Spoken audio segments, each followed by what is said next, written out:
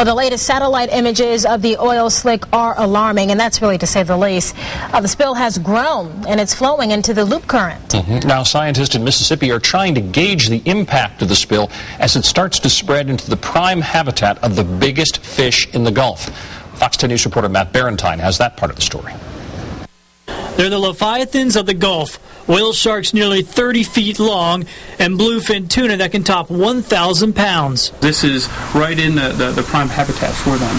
Dr. Eric Hoffmeyer is with the University of Southern Mississippi Gulf Coast Research Laboratory.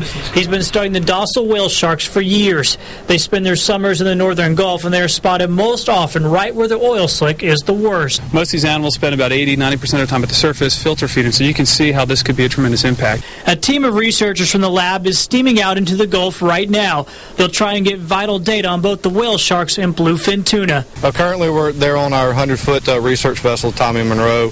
They're doing some work that's funded by the National Marine Fisheries Service looking at larval bluefin tuna that occur at the loop current boundary, which puts them on the front lines. Current satellite images show the oil flowing into the loop current. Once in this strong river of water, there's nothing to keep the oil from spreading farther through the Florida Keys and then up the East Coast. Researchers at the lab deal with all levels of the marine environment. They've been collecting data for years, but they've never dealt with anything like this. This was always a potential, but up to this point, we've never really had to deal with a spill at this magnitude. The main concern right now is just the uncertainty. So no one knows how many of these giants will be affected. In Ocean Springs, Matt Barentine, Fox 10 News.